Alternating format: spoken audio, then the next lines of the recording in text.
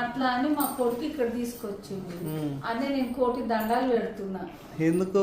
ఎందుకంటే నాకు నొప్పులు చాలా ఏడ్చేదాన్ని, రోజు రాత్రి నిద్ర రాకపోయేది, ఒకటే పీకుడు. ఇప్పుడు హాయిగా అంటున్నా, కింద కూడా కూర్చుంటున్నా. ఏ ఊరు ఎక్కడ చెప్పయ్యండి? ఇంకా అలా మాది పంజగుట్ట, శ్రీనగర్ కాలనీ, సనాలి దగ్గర సనాలిలో ఉంటాము. పోయిన నెల వచ్చాను, నాకు మొత్తం తక్కువైపోయింది. ఏం ప్రాబ్లం ఏంటి అసలు? మోకాల నొప్పులు, చాలా పానం పోయేది, నడుములు. ఇప్పుడు ఇక్కడ వచ్చింది నాకు చాలా మంచిగా ఉంది. అంతకుముందు నొప్పులు ఎలా ఉండేది? చాలా ఘోరంగా ఉండేది. ఇప్పుడైతే పర్వాలేదు, నాకు మంచిగా. అందుకే మళ్ళీ వచ్చా, మళ్ళీ మందులు తీసుకున్నా, మళ్ళీ పట్టీలు వేసుకున్నా. పర్వాలేదు, ఎవరైనా రావాలి, చూయించుకోవాలి. అంతకుముందు ఎలా ఉండేది నొప్పులు? చాలా నేను చెప్తున్నా, ఘోరంగా అంటే ఘోరంగా ఉండేది. నేను ఏడ్చుకునేదాన్ని. అట్లా పట్టీలు వేయించుకున్నావా?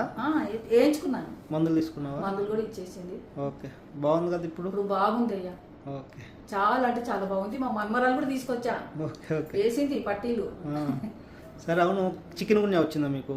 ఫస్ట్ చికెన్ గున్యా వచ్చి నాకు లేకుంటే ముందు వచ్చి, దాని తర్వాత ఒక నెల అయిన తర్వాత ఇక స్టార్ట్ అయినాయి. దేన్ని నడవాలన్నా చేయాలన్నా చాలా ఇబ్బంది అయ్యేది నాకు.